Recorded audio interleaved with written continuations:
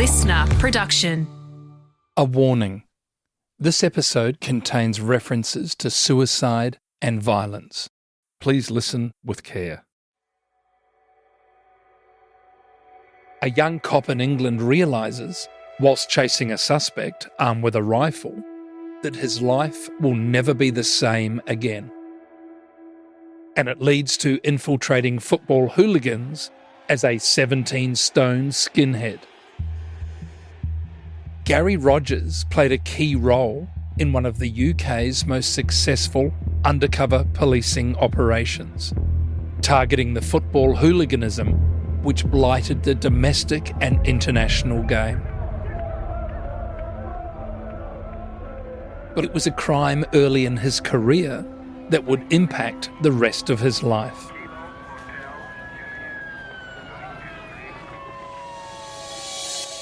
I'm former police officer Brent Sanders, and for the past 25 years, I've dedicated myself to sharing what I've learnt on the force to the Australian public so they can better protect themselves from falling victim to crime.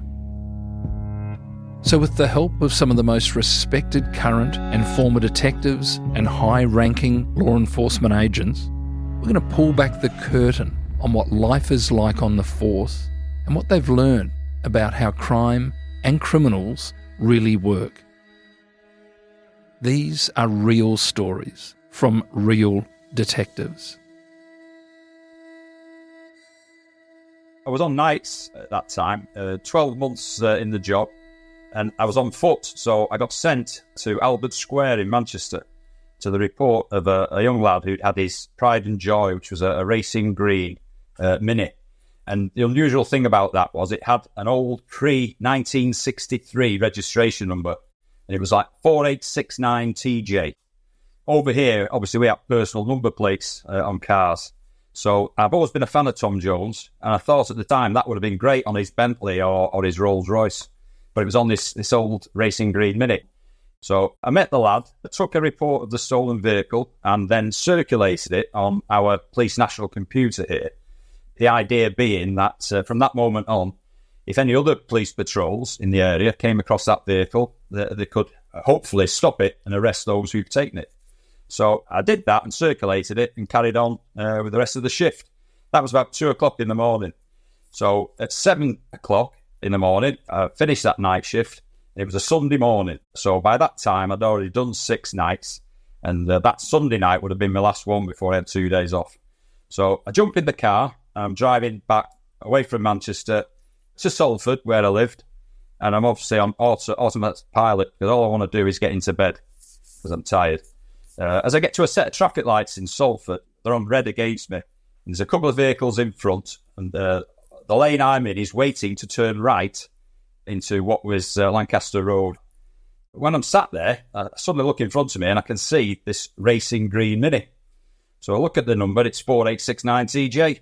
So I couldn't believe it. So I'm trying to look at the interior mirror to see if it's the lad who reported it to me. And all I could see was a set of eyes and nothing else.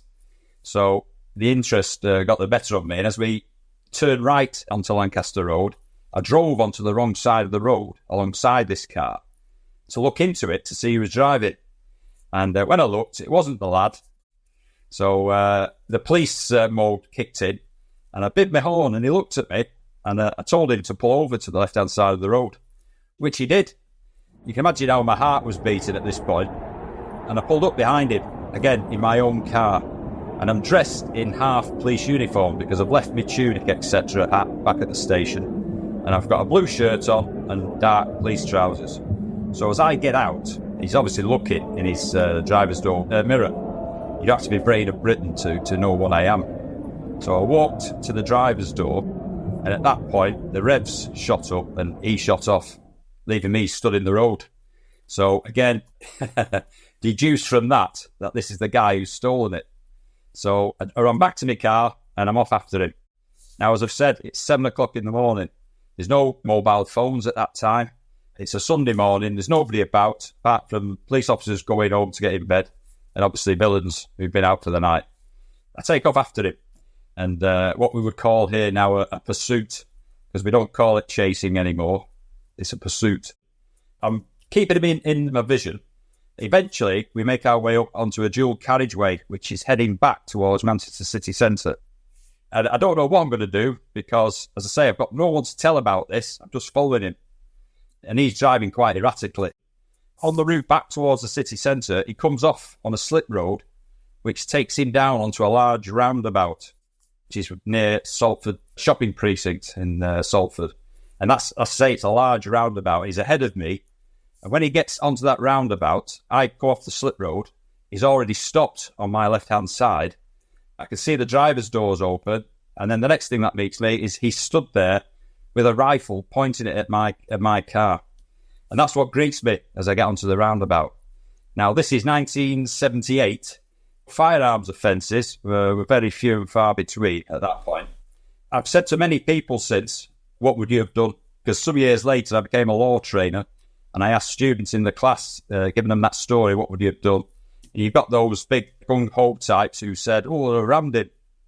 As a police officer with 12 months service, I'm full of this, how you can arrest people. You've got to use reasonable force. It's got to be reasonable in the circumstances. So would me ramming him in my own car be classed at court as reasonable in them circumstances? What I would argue is, yes, it would be, because I was in fear of my life at that time. So I think I would have been justified ramming him with the car. But what I did choose to do in the panic was to drive round the roundabout, more so to get my head together. As I drove back round, he jumped back in the car with the rifle and he was off down Broughton Lane. You've got that moment, you've got that heartbeat to decide, What do I do here? Do I ram him? Do I keep driving? Do I stop? Do I get out? You almost don't quite compute. You almost don't quite believe this is happening. It's not until afterwards that it sort of sinks in. Is that something you can relate to? The word I would use is it was surreal. Yeah. Surreal is the word, because although you live in that current at that time, it doesn't seem real because you've got nothing to hang your hat on with it, because nothing like that never happened to me before. Yeah. And bear in mind the age, I hadn't been in the police that long. For that to happen to me, run-of-the-mill stuff, you start dealing with that early doors. And when you get another one, a similar case to that, you know what to do. It becomes instinctive. But when you're coming across somebody with a firearm who's pointing it at you, you don't know. And there's nothing, even now, you could read a book where it says, do this if you get a firearm pointed at you in that situation. It's all dependent on whether, is it real and is he willing to pull the trigger? So desperate. He's already proved the point he's desperate to get away. Now, I did see where he went after that, and I lost him. Now, I don't know to this day who he was, where he'd been for those 5 hours since that car was stolen, what he'd been doing, or even where he was heading that morning. But he was a person who had obviously stolen it, and he had some form of firearm, whether it was an imitation or a real one, with him. And what I did was I stopped at the first phone box I could find, rang the police control room, who obviously circulated it. But the guy was never found, as far as I'm aware. And what amazed me when I think back on it, when I went into work following day, I had to come on early, go back in, and go to the criminal records office and look at photographs, see if I could identify it. But believe me, when I came off that roundabout, onto the roundabout, I wasn't looking at his face, I was looking at the rifle. I might have been able to identify the rifle, but not his face. Yeah, 100%. Most people, even a lot of coppers, the only experience they have of this is watching it on TV. Now, back in those days, that would have been a black and white version of The Professionals, wouldn't it, with old Bodie and Doyle? Or I would have rolled across the bonnet of my car and rugby tackled him. Exactly. The other intriguing thing about it, a few years later, there was an inspector in Greater Manchester Police called Ray Codlin, who, with a sergeant, James Bowen, again, on nights, got sent to Birch Services, which is a motorway service station on the M62, in the early hours of the morning, to the report of a guy who was acting suspiciously around parked vehicles. So they went because they were nearby. And when they pulled up, they found him, located him, and they went to have a word with him. And he was acting suspicious. Anyway, he puts his hand in his jacket, pulls out a gun, and he shot Ray Codlin, the inspector, in the chest. Killed him instantly. Sergeant Bowen turned and ran when he saw that, and the guy shot him in the backside. But he managed to, even despite that, keep running. And he survived. But this guy was called Anthony Hughes, and he had an MO, modus operandi was stealing cars. He was always armed, and he did burglaries, etc. Now, I've seen pictures of that guy. My memory of seeing the guy in the Mini, when I first looked into it, seeing that guy who I saw, it could well have been the same fella, because we're talking about the same, in a time scale. It's a similar thing. He's gone and pinched a car. He's got a firearm with him. He's no doubt going committing offences in it. So if I say that to you, and I now think, God, how lucky was I? Had they have stopped in the car and got out, he could well have shot me, and I might not be here today sat talking to you about it. But, that plays on your mind after, because Greater Manchester Police did nothing in terms of any counselling at that time, because it must have had an effect on me for sure. Garry, it's an amazing story. There's so many layers to it. You were about 12 months out of the academy. So you just been a young fella. What were you, 19, 20? Something like that? I was, what would have been, 78. I was just coming up to 20. Yeah. It's a time where UK police weren't carrying firearms. In fact, uniformed police in the UK still don't carry firearms, very similar to, I was in the job in New Zealand, no firearms there. Now, there are armed police that can be called in, anti-terrorist police, at the airports and things such as that. Not only that, it's not on your radar really as a copper at that time that you're going to be confronting somebody with a firearm. You could remember that firearm probably to this day. Oh, yeah.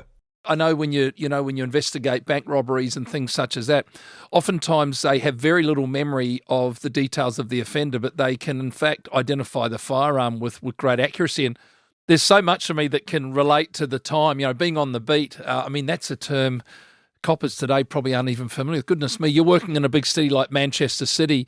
You wouldn't have got on a patrol car for a year, maybe longer. No. Longer than that, yeah. And what you just said there, you don't actually see it. It's certainly in the UK. Very rarely. I can drive for hours and hours, and it's something I say regularly when I get home. I've not seen any police today. So where are they? When I started, you couldn't move in Manchester, especially on nights. If you were coming out of the city centre, there'd be police vehicles everywhere. You're guaranteed to get stopped if there's something that caught their eye.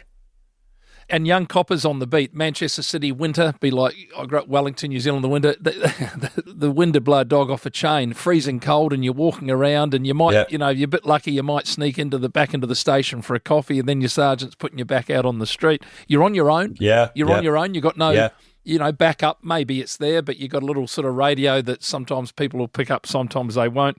Did they ever recover the vehicle? I was never updated about anything in relation to that incident. As happened a lot of times in that era, policing in the 70s and in the 80s. Here's a case in point how it was then. My dad died on Christmas Day, 1978, the same year that incident happened to me. A couple of months later, my dad died Christmas Day. And my elder brother worked at the same station as me in Manchester. He was 2 years older, or is 2 years older. We went in to see the chief inspector after my dad died, and he said to us, only one of you can have compassionate leave. The other will have to come in. So because my brother was 2 years older, he arranged the funeral for my dad, and I had to go back to work. Now, that wouldn't happen today. That was the mentality then. It wasn't. Those I've spoken to, I've had the privilege of doing a lot of these interviews, and many of the police like yourself sort of went through the job around the same time as I did. You're a couple of years earlier, 70s, 80s, into the 90s, and that's indicative of the culture at the time, and it was not a culture that would have reached out and offered any support to a young 20-year-old probationary constable who's had a gun pointed at him. You just front up the next day, and it's a macho setup, and it's stiff upper lip and get on with things.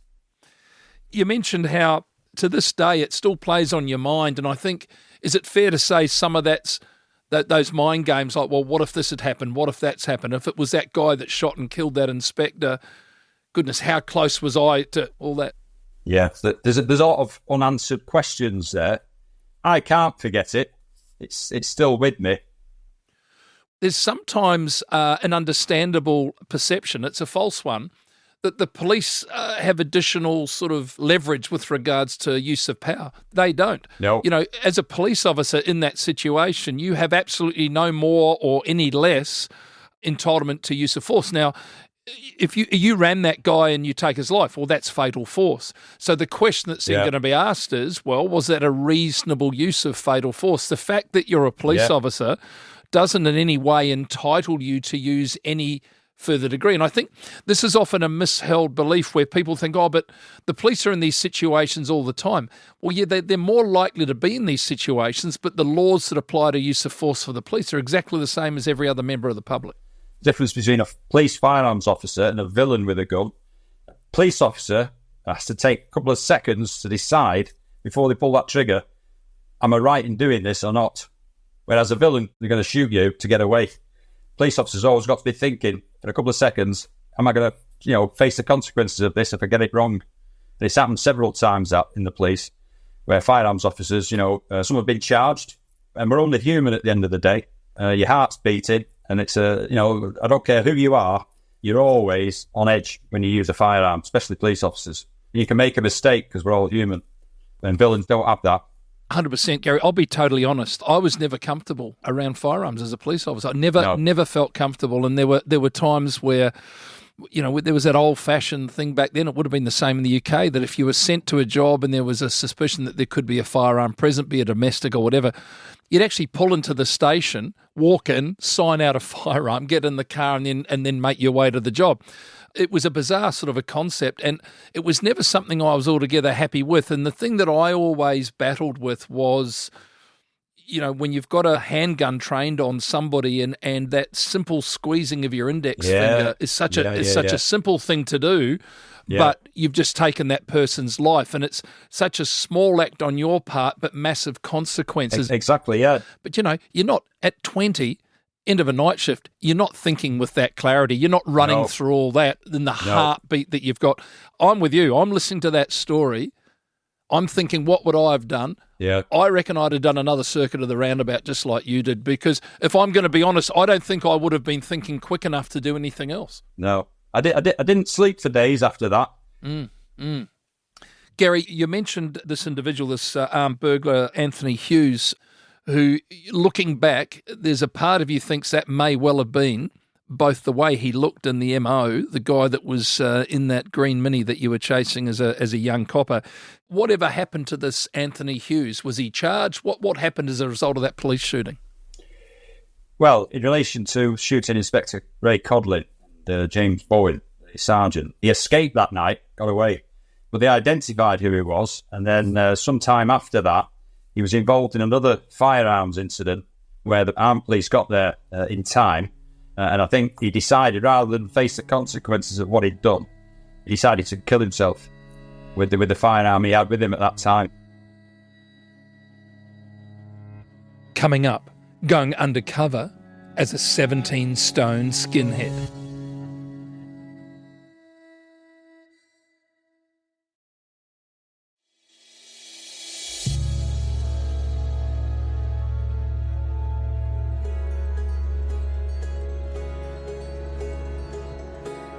Garry, 1990, you travelled to the Football World Cup in Sardinia, Italy, and you're a member of the Omega unit as an undercover police officer, posing as an English football hooligan. Can you walk us through that?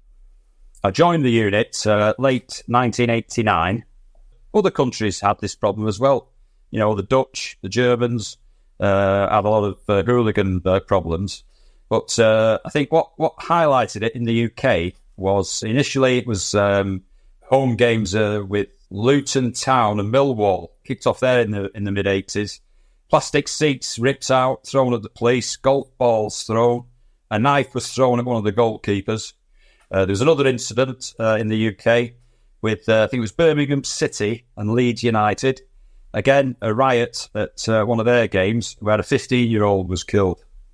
Move on from that abroad, there's the Heysel Stadium disaster. 1985, Liverpool playing Juventus. The Liverpool fans raced towards the Juventus fans, went against a wall which collapsed, killed 39 mainly Italian supporters. So, it was getting out of hand. And the UK clubs, football clubs, were banned at the time from playing abroad. So then we were coming up to the World Cup in Italy, and the Prime Minister at that time, Margaret Thatcher, was even pressing the Football Association to stop England going to that tournament. So when I was on the regional crime squad for 6 years, one of the guys in there, it was a detective sergeant who I'll refer to as H, because of what he went on to do after this. He was the only undercover officer in the Northwest at that time. So he was approached because of his knowledge, and he set up the Amiga unit, dedicated to infiltrating football hooligans. So initially, they did a job against Bolton Wanderers. Successfully, they arrested a number of their hooligan element, and they were all convicted. They went on to Manchester City, the young governors who are their hooligan element. Successful again, they were arrested and convicted. And then they moved on to Manchester United. But because of problems the Metropolitan Police had with their evidence logs, who had the contract with the FA, they lost the contract. And the FA came to Great Manchester Police because of their success at that point in dealing with football hooligans at club level. So Great Manchester Police got the contract for all England's home and away games. And that was in beginning of 1990. So as I went in 1989, Amiga had the contract for the World Cup in Italy. So in the June of 1990, I flew out with 4 other undercover officers to Sardinia, Cagliari, which is where the England team were based. They were put on there for a reason, because that's an island. The thoughts were they'd be able to contain them better on an island than they would on the mainland. Flew out there on the 9th of June, 1990. A date I remember for a number of reasons, because, as I said earlier, my dad died on Christmas Day, 1978. And on the 9th of June, 1990, my mum remarried. And I couldn't go because I was going to Italy. So that was a decision to have to make. But obviously, I flew out there, and on my way out, because of the way I looked, 17 stone, shaved head, earrings, I got stopped and searched at the airport. We talk about stereotyping people. Would I have been stopped if I'd have had a pinstripe suit on? Perhaps not. But that was a regular occurrence, getting pulled across, dealt with in a bad way in some respects. But that for me was encouraging, because it proved to me that the way I looked, the way I talked, was fooling the authorities as well. So, I say, we flew out to Sardinia on the 9th of June, and I was there for 5 weeks of the tournament, living and breathing with the football fans. Some who were decent, vast majority were decent, but you had that hooligan element, and there was a control room set up in Italy where we had a phone number and a code word. So whenever we got the chance, you'd get to a phone, ring that number, give the code name, they'd know it was us, and we could relay what information we had, and they could get information back to us. But in terms of had things gone wrong, some people think, you must be being watched all the time, to look after you, to support you in case things go wrong. But you're out there on your own the vast majority of the time. And what they would do is regularly check to see if you had been arrested with the false name you were using. And obviously then they might be able to put something in place to get you out again. An instance, which I'll just tell you about, was when we flew to Turkey on one occasion for an England game, Izmir in Turkey. We were in a bar. It was all England fans the night before the match. We're in the bar. They weren't causing any trouble whatsoever. But within a short time of being in there, all the front window of the bar went in, and there was tables and chairs thrown through. So your immediate response is, let's get out of here. So everybody's running out of the bar onto the main street, and we're met with Turkish fans who were sliding their fingers across the throats in a manner suggesting they're going to cut your throat, basically. Who arrives then? The police. Who get blamed for it? The England fans. Now, I was there with them. They didn't cause any trouble there, but we all got arrested, onto coaches and taken to a prison in Turkey. We were all herded into a large cage, 40 of us in there, and the toilet was a hole in the floor in the corner, and it stunk to high heaven. And we were in there for the night. We got took to court the following morning. You were charged and had to pay compensation to the bar. Now, obviously, when I got took out with my colleagues, who were obviously there undercover as well, we didn't go to court. We got siphoned off. Not that the other hooligans saw that. They thought we went to court as well. But one of the good things to come out of that for us was the credibility we got for that was fantastic, because we could talk about that and they knew we were there. So, it worked well in our favour. But the point I'm trying to make is, it's not always the case that the England fans cause trouble. There are instances where, because of their, how people perceive them, authorities, it's always their fault.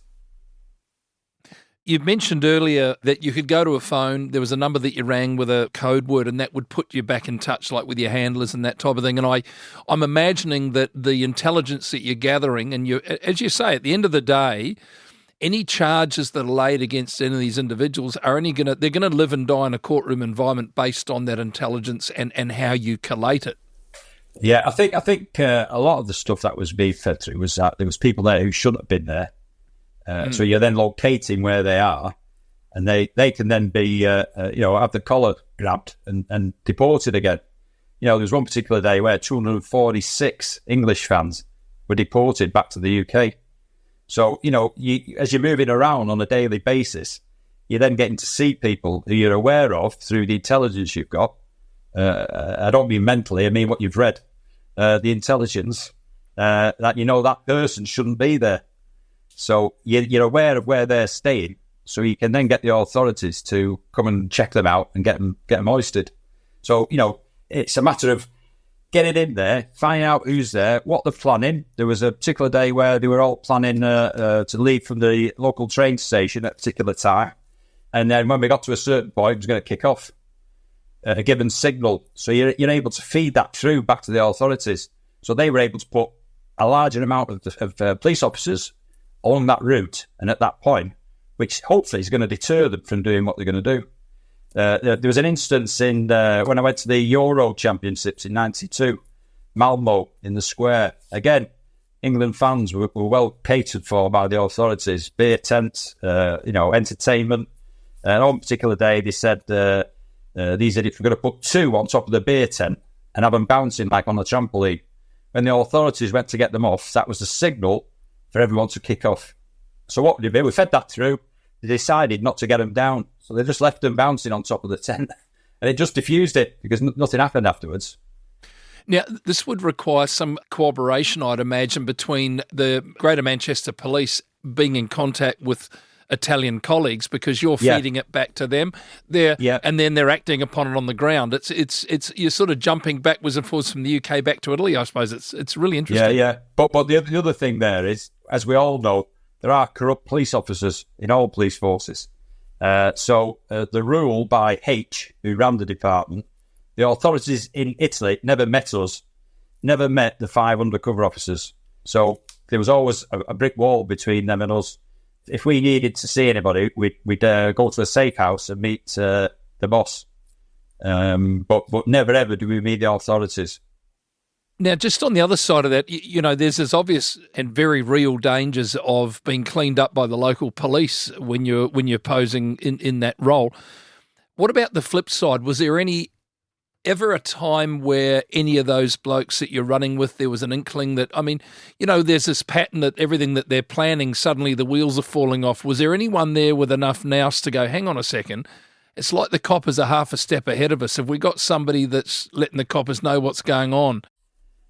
I think what they put it down to, and what, as I said to you before, the way we might deal with things in the UK, they pussyfoot around quite a lot. Whereas in Italy, zero tolerance. At Cagliari, they drafted in 3,200 extra police officers there, which gave them 4,000 police officers. But it boosts their ego a bit, because they're thinking that they're classing us as the main boys here. And, so when they see that, they think, it gives them a bit of kudos, because the authorities, they're showing them some sort of respect, if you want to put it that way, by having over-the-top policing involved. In essence, you're in greater danger from the reaction from the coppers than you were from those that you're... Yeah. Yeah, but, it's a small world. And I'll tell you a quick incident that happened on the Manchester United infiltration. The hooligan element of Manchester United used to use a pub called the Grey Parrot in Hume in Manchester. So on home match days, they would all congregate there. And on this particular Saturday, they were playing Manchester City, which would be classed as a derby match in the UK. So we were there. I wasn't in that pub that day, but two of the undercover officers were. They're all drinking hours before the match. And what the plan is, they'll drink in there, they'll then leave there, head for the city centre, and go and look out for the other side, for Manchester City's supporters. And obviously, some sort of altercation would take place. The shout goes up that they're leaving the Grey Parrot, and they all start coming out through the front door. And if I say to you, you wouldn't believe how many people were in that pub. It was as if they were coming out the front door, walking around the back and coming out again. There was that many in there. And then they headed off en masse through Hume, which is a built-up of flats, and they headed towards the city centre. And the two undercover officers were with them. Everything was going nicely. As they got into the centre of this estate, the shout goes up to stop. And leading this group is a lad called Tony O'Neill, who's well known. He's classed as a general, or he was then. He had a few books out as well about this. He used to call the Men in Black. But he was their head poncho, if you like. And it goes up, shout goes up, Tony, stop. So they stop. Then somebody says, there's a couple of sweets with us. So that don't mean anything to you, does it? But a couple of sweets. And then they look at the two undercover officers. So the bottom line is, they've been identified.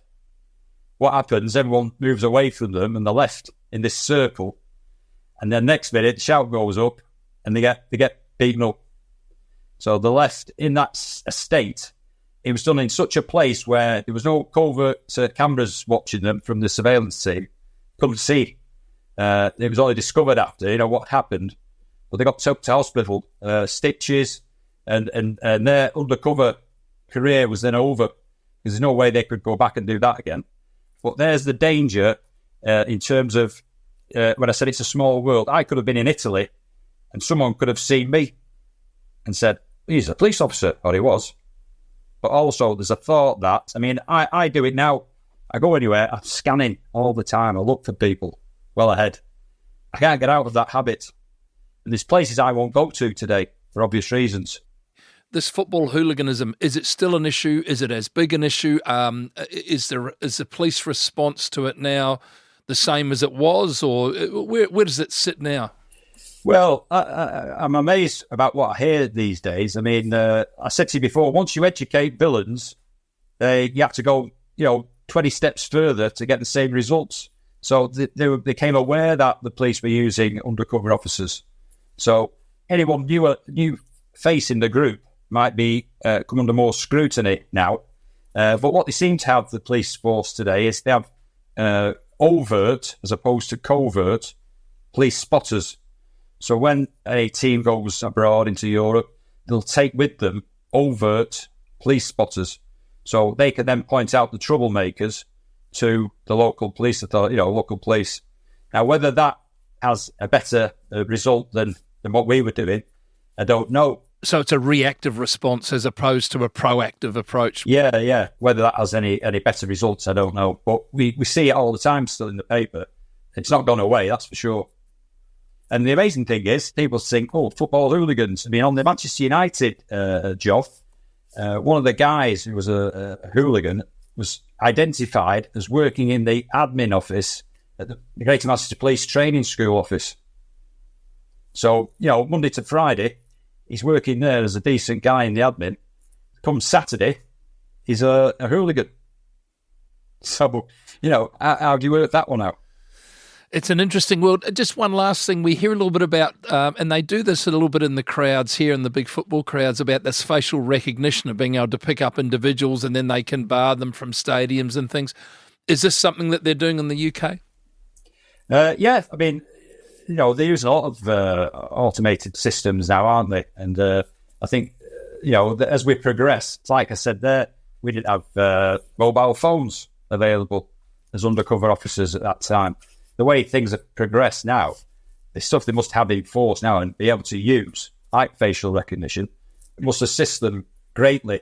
But I say the only thing unique about being a football hooligan infiltrator is that you got to hear what was being said.